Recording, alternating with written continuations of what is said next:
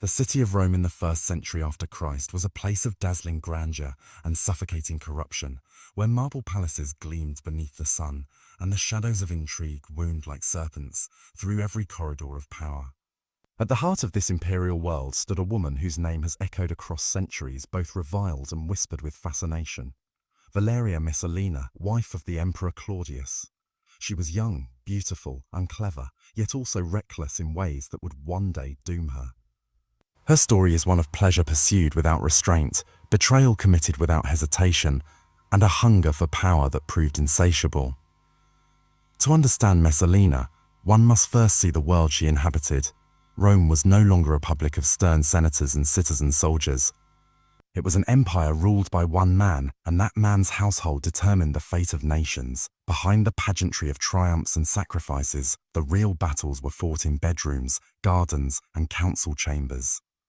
Influence over the emperor could mean wealth beyond measure, or the sudden stroke of death. To be empress was not simply to wear jewels and host feasts. It was to balance upon a razor's edge, adored in public yet surrounded by enemies who studied every gesture for weakness.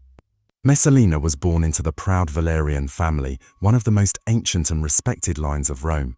Her blood tied her to the Julian clan itself, kin of emperors and boroughs. From birth she was destined for a life entangled with politics, for noble women of Rome were not sheltered ornaments, but tools of alliance, pawns on the board of dynastic ambition.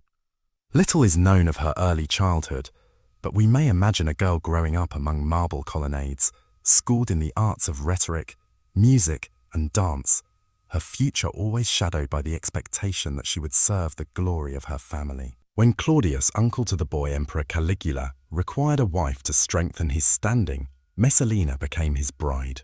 Claudius was not yet emperor then. He was a scholar of odd habits, dismissed by many as a stammering fool. He was decades older than his new wife, lame of leg and mocked for his eccentricities. To Messalina, still in the blush of youth, marriage to this man must have seemed less a union of love than a sentence of tedium. Yet fortune has strange designs, for when Caligula was murdered by his own guards, it was Claudius, half hidden behind a curtain in terror, who was hailed as emperor. Overnight, Messalina found herself empress of the mightiest empire on earth. What followed was a reign of pleasure that shocked even decadent Rome. While Claudius devoted himself to law, history, and the mechanics of governance, Messalina ruled her own empire of indulgence. She was said to be of surpassing beauty, her hair thick and dark, her eyes alive with fire, her skin luminous beneath the lamplight of Roman feasts. Yet it was not beauty alone that drew men to her, but a dangerous mixture of charm and daring. She knew her husband was pliant, trusting, and easily distracted. She also knew that in Rome no woman could stand idle.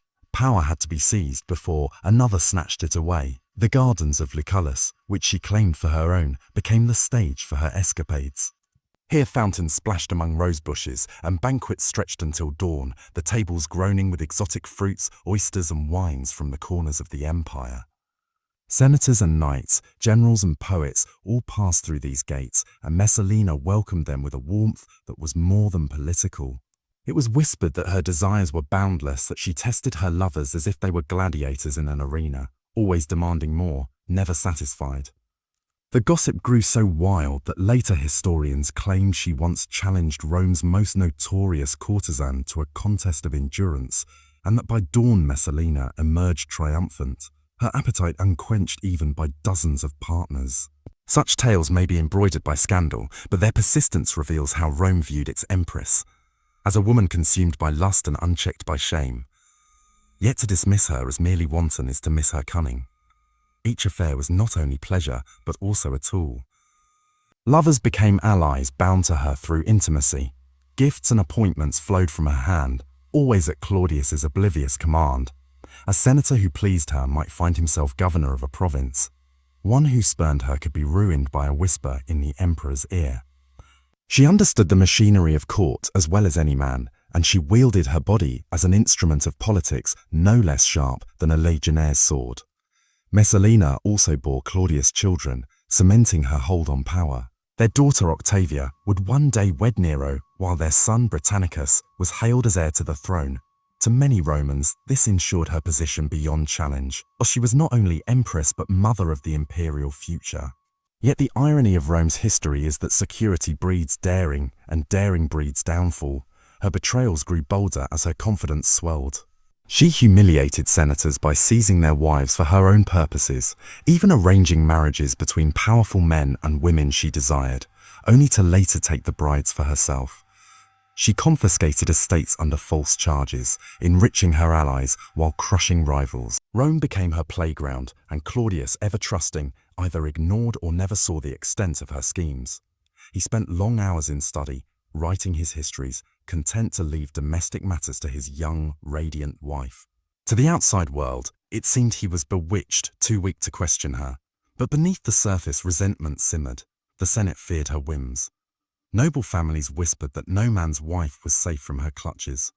Even within the imperial household, freedmen and secretaries grew wary. To them, Messalina was not merely a licentious woman, she was a threat to their own positions, for her influence over the emperor rivaled their own. And then came the most shocking betrayal of all. Among her lovers was a young nobleman named Gaius Silius, famed for his beauty and ambition. Unlike her fleeting liaisons, this affair deepened into something more.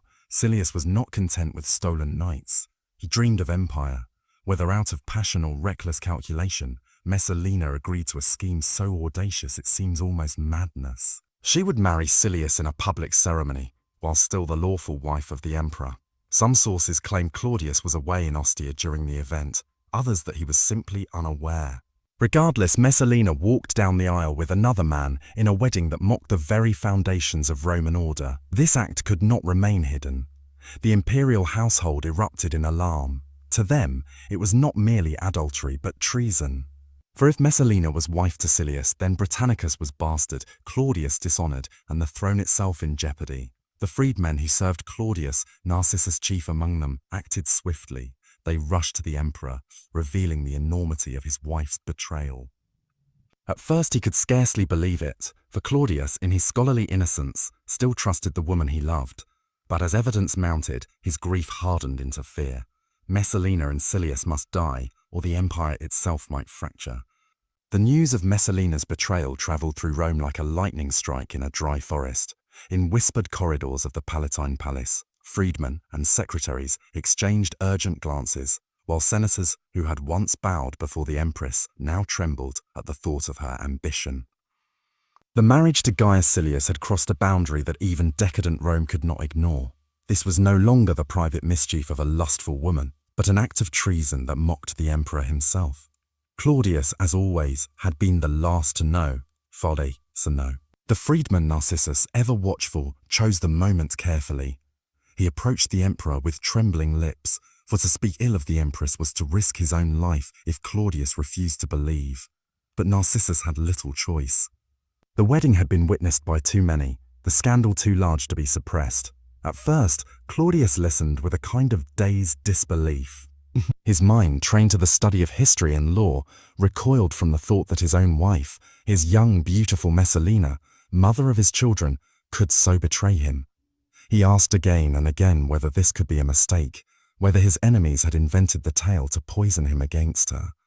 But Narcissus laid forth the evidence, the ceremony, the vows spoken, the witnesses who had seen the empress in bridal garb beside her lover. The truth could no longer be denied. Claudius's face, pale and lined with age, sagged with grief. Yet beneath the grief stirred fear, for Claudius was no fool when it came to the realities of power. If Messalina had truly married Silius, then what stopped her from proclaiming him emperor, displacing Claudius and disinheriting Britannicus? Rome's loyalty was fickle, and the legions often followed whichever banner promised strength. Silius, young and vigorous, could easily outshine the limping, stammering Claudius. The freedmen acted quickly. Pallas and Narcissus, loyal to Claudius, urged him to strike first before Messalina could rally her allies. The emperor, hesitant by nature, wavered. He still clung to some hope that Messalina might explain herself, that love might forgive what law could not. Yet even in his uncertainty, events overtook him. The Praetorian Guard, once commanded by Sejanus in the days of Tiberius, now stood ready to act. Soldiers were dispatched to arrest Gaius Silius and those who had supported the unlawful marriage. Silius, for all his beauty and boldness, had not prepared for swift retaliation. He had imagined perhaps that Messalina's influence over Claudius would protect him, or that Rome would welcome him as a new power. But when the Praetorians arrived at his home, his courage melted away. Dragged before the tribunal, he did not resist. He was executed swiftly, another casualty of ambition within the shadow of the imperial throne. His allies fell with him, one by one, their estates seized, their names erased from honor. Messalina, however, did not yet believe that her world was collapsing. When the first rumors reached her that Claudius knew of the wedding, she panicked, then composed herself, trusting still in her power over him. She had charmed him before, soothed his doubts with tears and smiles, and she imagined she could do so again. Hastily she fled to the gardens of Lucullus, summoning her children to her side, clinging to them as shields of innocence. It was there that Narcissus made his move. He knew that if Claudius saw Messalina face to face, the emperor's soft heart might forgive her yet again. So he acted with ruthless cunning, intercepting messengers, whispering counsel into the emperor's ear, ensuring that the empress was denied the chance to plead her case. He painted her as a traitor, as a woman whose lust had become conspiracy, whose marriage to Silius was nothing less than a coup against Claudius himself. Meanwhile, Messalina, frantic and desperate, tried every weapon left to her. She sent her mother Lepida to beg Claudius for mercy. She wept before her children, urging them to appeal to their father. She even attempted to rally friends within the palace, though most abandoned her at once, unwilling to share her downfall. Rome had turned cold to the empress who had once been the city's most dazzling flame. At last, Claudius was persuaded to act. The freedmen pressed him to issue the order that Messalina must die. Yet even then the emperor hesitated. He retired to dine, perhaps trying to delay the terrible decision, perhaps hoping that time would reveal some gentler path. Seeing this weakness, Narcissus acted again. Fearing that Claudius's resolve would dissolve overnight, he summoned the Praetorians and sent them directly to the gardens of Lucullus, with strict orders. Messalina must not live. The empress awaited them. Her mother Lepida stood by her side, though their relationship had long been strained. Lepida, who had once reproached her daughter for her excesses, now pitied her in her ruin. As the soldiers approached, Lepida urged Messalina to face death with dignity, to remember that she was still of noble blood. But Messalina trembled, pleading, begging for her life, clinging to the hope that Claudius might yet relent. When the centurion drew near, she faltered. The blade was offered to her, the chance to take her own life with Roman honor, but Messalina, once so bold in pleasure and betrayal, found herself paralyzed before the final act. She could not lift the dagger. Her hands shook, her breath came in sobs. At last the centurion, impatient, struck her down. With one thrust the Empress of Rome was dead. The gardens that had once resounded with laughter and music now lay silent, the fountains trickling in melancholy over the body of a woman who had flown too close to the sun. Messalina's reign of indulgence, her empire of lust and betrayal, had ended in blood and silence. She was perhaps no more than 25 years old. When word reached Claudius, he received it with a strange blank calm. He asked for wine and food and returned to his dinner as though nothing had happened. In later days, he rarely spoke of Messalina again.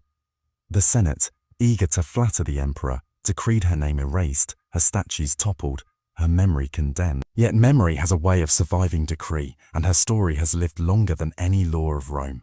For some, she was the cautionary tale of female lust unrestrained, the harlot empress who shamed her husband and mocked the empire.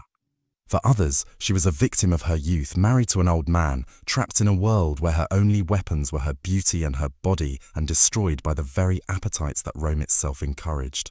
The truth lies perhaps between these extremes, wrapped in the contradictions of her life.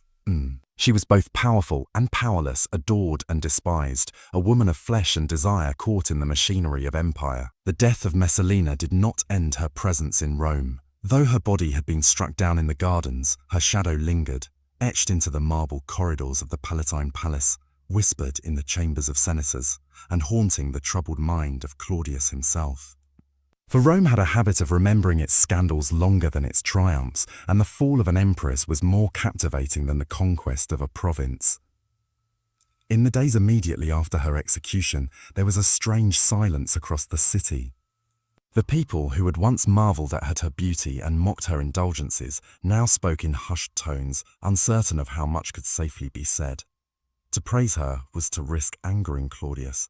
To condemn her too loudly was to suggest that the emperor had been blind to her treachery. So they kept their judgments quiet, whispering only in taverns, in marketplaces, and in the dark corners of gardens after sunset. The Senate, eager as ever to flatter the emperor, acted quickly. They declared Messalina's name to be erased from public monuments. Statues of her, once standing in marble halls and leafy courtyards, were toppled or defaced. Inscriptions were hammered away, her image chipped into anonymity. The Romans called this punishment damnatio memoriae, condemnation of memory. It was meant to obliterate a person's legacy, to pretend they had never existed. But the irony of Rome was that those condemned in memory were often the ones most vividly remembered. The very act of erasure sharpened the curiosity of later generations, and Messalina's name became immortal not through honor, but through infamy. For Claudius, the weeks that followed were heavy with contradiction. He was a man of study and order, a writer of histories, a lover of law. 4. He valued reason, yet his personal life had been a storm of chaos. Messalina had been his wife, the mother of his children, his companion in the lonely chambers of the palace. To lose her was a wound, but to lose her by betrayal was a torment deeper still. Those around him watched anxiously, wondering whether he would crumble under grief or lash out in fury. But Claudius, ever peculiar in his ways, chose instead to retreat into routine.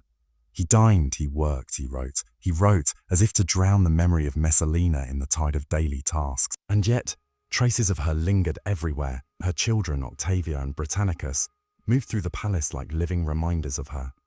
Octavia, solemn and quiet, seemed to carry in her eyes the echo of her mother's beauty. Britannicus, still young, could not understand why his mother no longer came to embrace him. Claudius doted on them both, but even his affection was a double-edged blade, for each smile or word of comfort carried the ache of remembrance. The freedmen who had orchestrated Messalina's downfall, Narcissus, Pallas, and Callistus, now found themselves more powerful than ever. They had saved Claudius from humiliation, at least in their telling, and the emperor leaned heavily upon their counsel. Yet even among them, the story of Messalina's end became a cautionary tale. Narcissus, most ruthless of them all, had ensured her death, preventing her from ever pleading her case. He knew that had Claudius seen her face to face, pity might have triumphed over justice. And so Narcissus bore the weight of having silenced the empress forever. He showed no regret outwardly, but in private moments, perhaps even he wondered if the empire had lost something more than it gained. Outside the palace, the common people remembered Messalina in their own way. To the poor, she was a figure of fascination, a woman whose appetite for pleasure rivaled the excess of emperors. Some admired her daring, others mocked her folly, but none could ignore her. Street performers wove bawdy tales of her escapades, and satirical poems, whispered rather than published, spread through Rome like wildfire. In the markets, courtesans compared themselves to her, sometimes proudly, sometimes with shame. For Messalina had set a standard of scandal that even the most notorious women of Rome found difficult to match. But history, relentless in its march, did not pause for grief. Claudius, urged by his advisors, faced a practical problem. He was once again an emperor without a wife. The household of the emperor required a mistress, someone to oversee the palace, to manage the endless ceremonies and banquets, to act as the visible partner of the ruler. More than that, Claudius needed an alliance. A new marriage could secure political stability, bind powerful families to the throne, and silence whispers of weakness. It was within this void that another woman's name began to surface. Agrippina the Younger, niece of Claudius, great-granddaughter of Augustus, sister of the mad Caligula. Unlike Messalina, Agrippina was no reckless youth intoxicated by love. She was calculating, disciplined, and ambitious beyond measure. Where Messalina had ruled through pleasure and passion, Agrippina sought power through iron control and political cunning. To some, she seemed the antidote to Messalina's chaos. To others, she was a far greater danger. The comparison between the two women became inevitable. Messalina had been accused of excess, of betraying her husband through a hunger for love and thrill. Agrippina, by contrast, would be accused of coldness, of betraying all others through a hunger for power alone. through power alone. Yet in this moment after Messalina's fall, it was Agrippina's image that rose, steady and unyielding, ready to claim the role of empress. Claudius, weary of betrayal yet bound by duty, would soon turn toward this new alliance. In doing so, he would bind himself to a destiny even darker than before. For if Messalina had betrayed him through lust, Agrippina would betray him through ambition, and the fate of Rome itself would tremble beneath her hand. Still, the memory of Messalina lingered. She remained a ghost in the gardens, a whisper in the marble halls. Whisper in the marble hall. Rome might try to erase her name, Claudius might avoid speaking of her, but the people remembered, and the historians recorded. For in the heart of the empire, no scandal was ever truly buried. It lived on in rumour, in tale, in the silent acknowledgement that beneath the polished veneer of Rome's greatness lay the chaos of human desire. The story of Messalina did not end with her death. In truth, her absence cast a shadow just as deep as her presence once had. The marble halls of the Palatine, once echoing with her laughter and schemes, now stood heavy with silence. And into that silence crept fear, guilt and ambition, the kind of forces that never left Rome for long. Claudius, the emperor who had once been so dependent on her, was left hollow. He had not been present when she was executed. The decision had been taken from his trembling hands. In the days that followed, he was often seen wandering the gardens of the palace, murmuring to himself, clutching at the folds of his toga as though seeking reassurance from the cloth. His freedmen, Narcissus and Pallas, observed him carefully, for they knew that an emperor's weakness was a dangerous thing. Rome did not forgive weakness in her rulers, but Rome did remember scandal. And Messalina's end was whispered in every tavern, in every forum, in every shaded corner of the Suburra. The empress who married another man while the emperor still lived, they muttered. The woman who plotted like a courtesan and died like a slave. For the people of the city, her death was both entertainment and warning.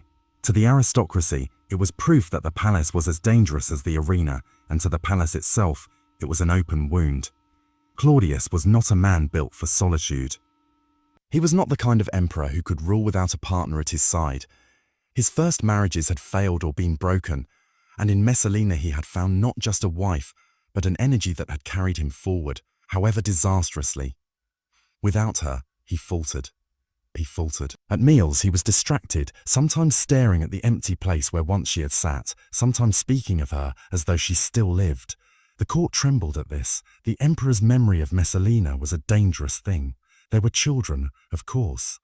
Octavia, quiet and solemn, who rarely spoke above a whisper since her mother's death. And Britannicus, still young, still innocent enough to ask questions that no one dared answer. "Why does mother not come?" he asked once, tugging at Claudius's sleeve. The emperor had no answer. He only wept. The freedmen saw this and knew that the dynasty itself hung in peril. For while Britannicus was the heir by birth, his future could be threatened by any woman who came into the emperor's bed. Rome's women had long known that the path to power lay through marriage. And now, with Messalina gone, there was a vacancy at the very heart of the empire. Whispers began immediately. Who would be the next empress? Senators with daughters to advance, noble families with ambitions to revive, all cast their eyes toward Claudius. But the freedmen had ideas of their own, and none more ambitious than Agrippina the Younger. Agrippina was no ordinary woman. Niece of Claudius, daughter of the beloved Germanicus, sister of Caligula, she had already lived through scandal, exile, and return. She was a survivor in a way Messalina had never been, a creature of calculation rather than appetite. Where Messalina had wielded seduction, Agrippina wielded lineage and icy determination. She was beautiful, yes, but it was her bloodline that gave her power. She was of the Julian line, the family that had birthed Augustus himself. Claudius, by contrast, was merely a Claudian, a branch always considered less divine. The idea of Agrippina as empress began as a whisper in the corridors of the palace, carried by Pallas, the freedman who favoured her cause. At first, Claudius resisted. She was his niece, after all. Such unions were not customary, even in Rome. But Rome was a city where customs bent before power and laws could be reshaped to suit the needs of the moment. The freedman argued that the union would strengthen the dynasty, bind the blood of Augustus once more to the throne, and protect young Britannicus from enemies. Claudius, weary, lonely, and malleable, allowed himself to be persuaded. Yet before Agrippina could rise, there was a silence that hung heavy in the palace. for the children of Messalina were a living reminder of the woman's legacy. Octavia walked through the halls like a ghost, her eyes lowered, her steps cautious. Britannicus played in the gardens, laughing in bursts of innocence, unaware of the danger that already gathered around him. To some, these children were heirs to protect. To others, they were obstacles to remove. The senators, too, watched carefully. They had never loved Claudius, that stammering, hesitant man who had stumbled into power when Caligula was murdered. They had tolerated him, even respected his reforms, but they never truly feared him. What they feared was the chaos that might follow his death. And so when Agrippina's name began to rise, they considered what it would mean. A woman so ambitious, so cold, might wield the throne in ways even Messalina had not dared. Yet to oppose her was dangerous, for she was of imperial blood. It was in this atmosphere of uncertainty that Agrippina entered the palace once more. She did not come with laughter or seduction, as Messalina had once done. She came with calm dignity, her head high, her son Nero at her side. Nero aside. Where Britannicus was the legitimate heir, Nero was the rival in waiting, a child with the Julian name that carried the weight of Augustus himself. Rome looked upon the two boys and wondered which would rule and which would perish. Claudius, when he first welcomed Agrippina, found her presence soothing. She did not overwhelm him with demands. She offered him reassurance, the stability of family. She spoke gently of his grief, of the need for Rome to move forward, of the importance of legacy. Slowly, carefully, she placed her hand upon his and bound him to her cause. By the time the marriage was arranged, the city no longer whispered, it proclaimed. The emperor had chosen his niece as his wife, and Rome would bow to her will. But even as Agrippina ascended, the memory of Messalina lingered. The servants still recalled her wild feasts, her sudden commands. The freedmen remembered the danger she had posed, and Claudius himself, in unguarded moments, still murmured her name. History, however, does not pause for ghosts. Why? Where one empress had fallen, another now rose, and Rome braced itself for what would come. Agrippina's reign beside Claudius was not like Messalina's. There were no wild scandals, no drunken nights of betrayal. Instead, there was discipline, order, and a steady tightening of her control. She positioned her allies carefully, promoted those who served her cause, and most of all, advanced her son Nero. Britannicus, once the shining heir, found himself overshadowed, his tutors dismissed, his allies weakened. Octavia, still young, was promised to Nero, binding the families together in a union that was as coldly strategic as any battle plan. Thus the empire shifted once more. Messalina had ruled through desire and manipulation, but Agrippina ruled through blood and ambition. Both women had left their mark upon Claudius, and both shaped the destiny of Rome. For Messalina's death had opened the door, and through it Agrippina stepped, determined to seize what her predecessor had squandered. And so, as the marble pillars of the palace gleamed in the sun, as the senators debated in the Curia, as the people gossiped in the forums, a new chapter began. Rome, city of power and betrayal, had replaced one empress with another. Yet those who remembered whispered still of Messalina, of lust, of betrayal, of a woman who had reached too far and fallen. And in that whisper, there was a warning for Agrippina as well. For in Rome, the fate of an empress was always uncertain, her throne always fragile, her power always borrowed from the shifting will of men. When Agrippina entered the palace as the new empress, the air itself seemed to shift. Gone were the echoes of Messalina's wild laughter, gone the reckless feasts and whispered betrayals. In their place came order, silence, and the heavy presence of a woman who carried not only beauty but an iron ambition. Agrippina did not need to compete with Messalina's memory. She erased it, replacing every trace of her predecessor with her own design. Claudius, relieved to have a partner once more, leaned on her guidance more quickly than even she had expected. He was not a man who liked conflict. His life had been shaped by fear, humiliation, and hesitation, and though power had been thrust upon him, he never wore it comfortably. Agrippina knew this. She soothed his worries, praised his wisdom, and cloaked her will beneath the language of duty. Where Messalina had driven him with passion, Agrippina drove him with reason. She began with appearance. The palace staff were reorganized, loyalists of Messalina quietly dismissed or reassigned. New attendants, loyal to Agrippina, took their place. The halls of marble and porphyry once again gleamed, not with decadence but with austere grandeur. Even the way Claudius was presented shifted. Statues erected in the city showed not just the emperor, but also the imperial family: Claudius, Agrippina, Britannicus, Octavia, and increasingly Nero. Nero, that boy of 12, Agrippina's son by her first marriage, became the axis around which her schemes turned. She had returned to Rome not merely to be empress, but to carve out a future for her child. Britannicus, Claudius's own son, was legitimate, yes, but he was young and his claim could be weakened. What Nero had that Britannicus lacked was the blood of Augustus. The Julian name still carried magic in the streets of Rome. Agrippina would harness that magic and make it unstoppable. Her first step was bold. She persuaded Claudius to adopt Nero as his own son. At first there was hesitation.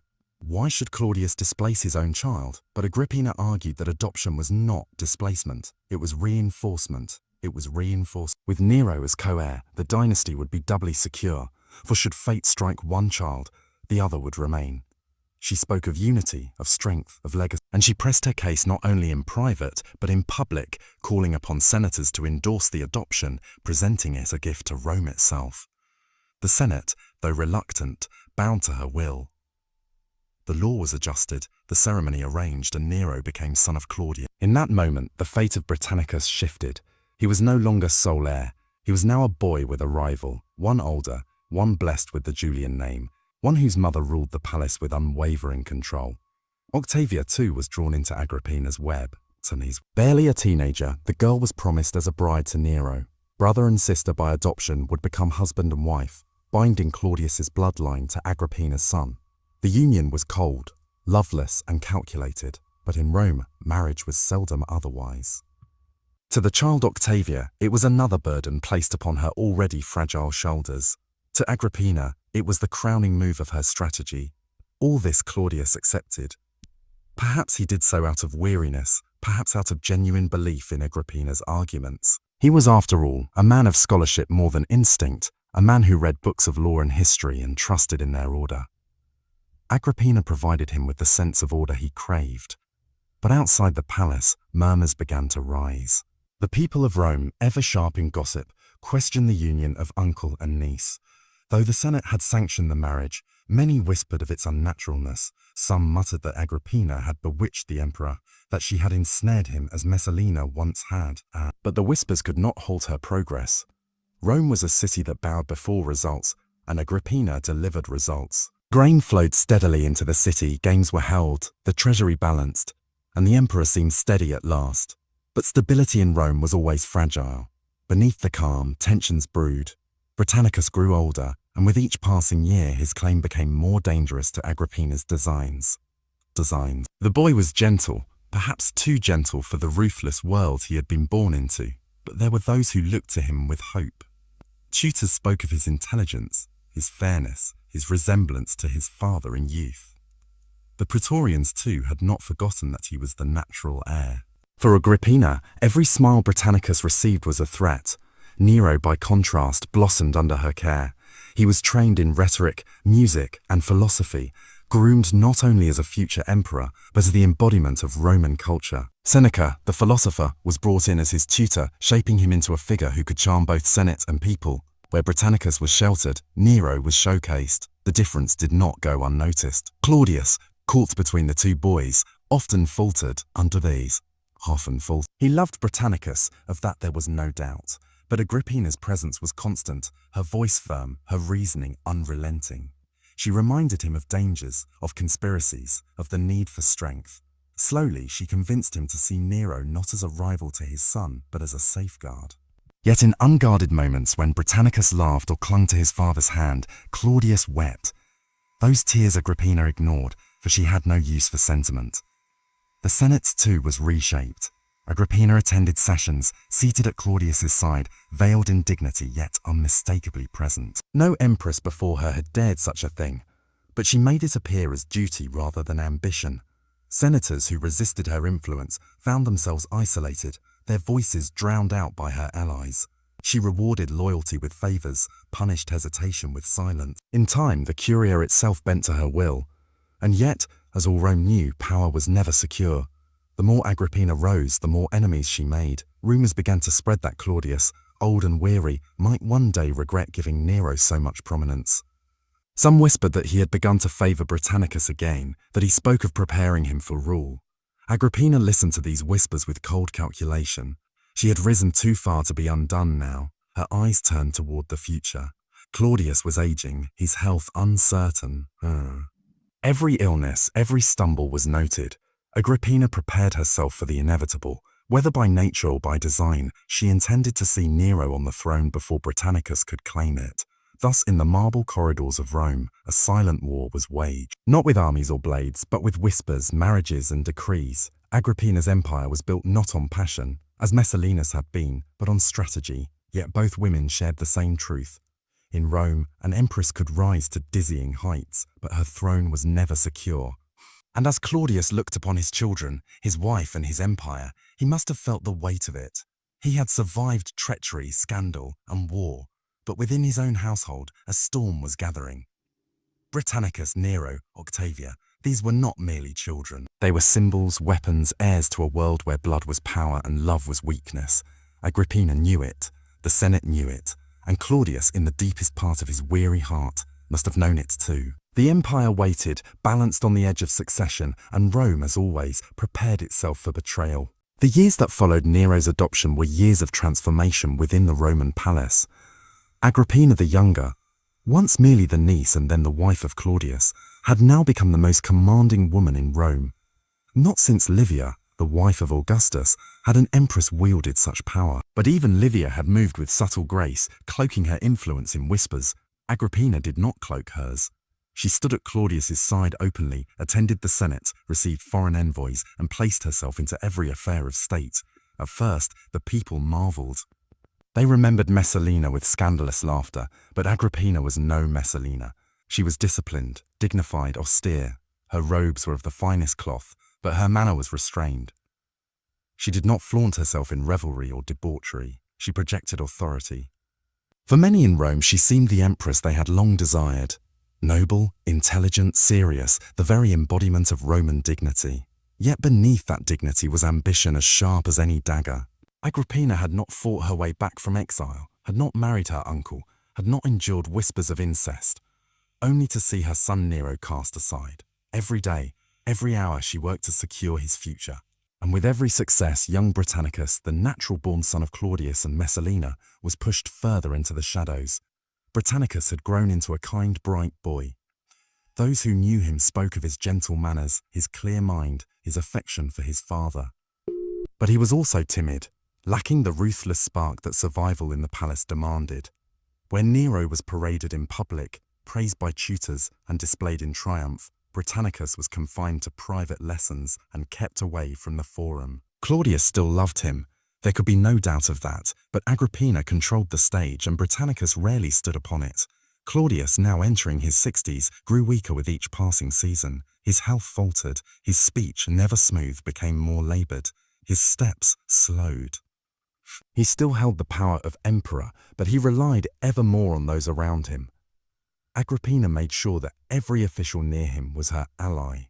Narcissus, the freedman who had once orchestrated Messalina's downfall, warned him against her influence, but Claudius hesitated.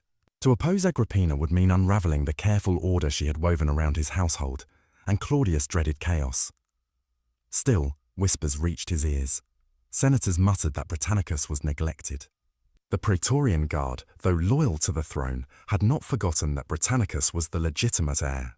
Even some of Claudius's old friends urged him to reconsider. And in unguarded moments, perhaps in the quiet of night, Claudius did reconsider.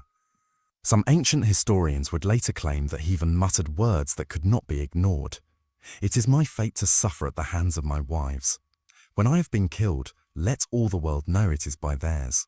Agrippina heard such whispers too, and they troubled her. For all her control, she knew Claudius remained the emperor, and emperors could change their minds. He could elevate Britannicus in an instant, declare him sole heir, even arrange Nero's exile if he wished. Agrippina's power existed only so long as Claudius allowed it. The year 54 AD became the turning point. Claudius had grown frail, but he still attended feasts and ceremonies.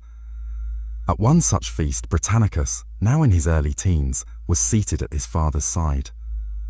Those present claimed Claudius looked upon him with renewed affection. Perhaps he was reminded of Messalina. Perhaps he saw his own youth reflected in the boy. Perhaps he was simply struck by the unfairness of it all, his true son eclipsed by a stepson. Whatever the reason, Claudius is said to have declared before witnesses that Britannicus should soon assume the toga of manhood, the symbolic step into adulthood, and take his rightful place.